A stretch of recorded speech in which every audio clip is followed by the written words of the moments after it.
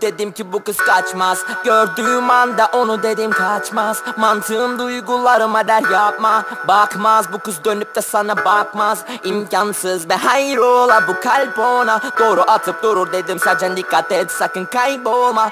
Kabullenmem lazım da imdat nasıl? Nasıl olur bu kız benim imkansızım. İmkansızım, imkansızım. Çıktı lanet kadın teki vicdansızın. O derdim neydi derdinden başka? Ettirdin beni isyan gözüm çok insafsızsın, insafsızsın. Çok güzelsin lanet olsun insan mısın? O derdim neydi derdinden başka? Yüzünde benleri tane tane. Türkiye gibi bir kadın ve şahane tane. Kadar güzel olunabilir ah be abi. Burnu fındık ağzı kahve. Kül oldum yandım yani.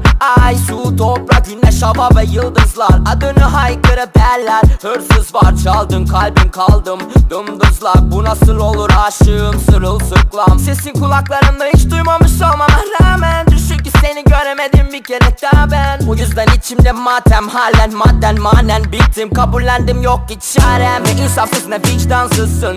İlhamımsın, ilhamımsın. İmkansızlığından isyancıyım. İnsaf ve imdat ve insaf kızım. Benim imkansızım, imkansızım.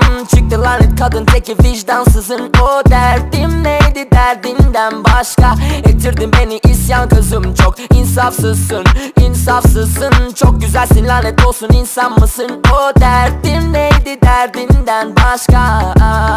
Gece rüyalarımda gündüz düşümde. Hüznümü dövme gibi üzgün yüzümde. Mümkün mü gülmek aşka düştüğünde günde? 100 kere düşünmek seni büyük bir külfet. Ay ay platonik durumum kötü kötü komediden de komik. Bakar mı senin gibi serseri yalan o hiç. Yakarım şehrimi asın asker ya da polis. Bu derdi çekmekten daha iyidir lan hepimiz. Tek dostum kanabis ve alkol. Sarhoş olmamak aşık olmaktan daha zor. Farkında olmalıyım durumumun maalesef. Aşk oyunu nedir bile bile ladesip. Kafamı duvarlara vuruyorum lan eşek diye.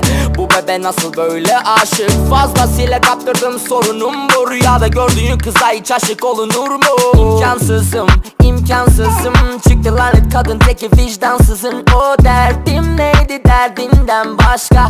Ettirdin beni isyan kızım çok insafsızsın, insafsızsın. Çok güzelsin lanet olsun insan mısın? O derdim neydi derdinden başka?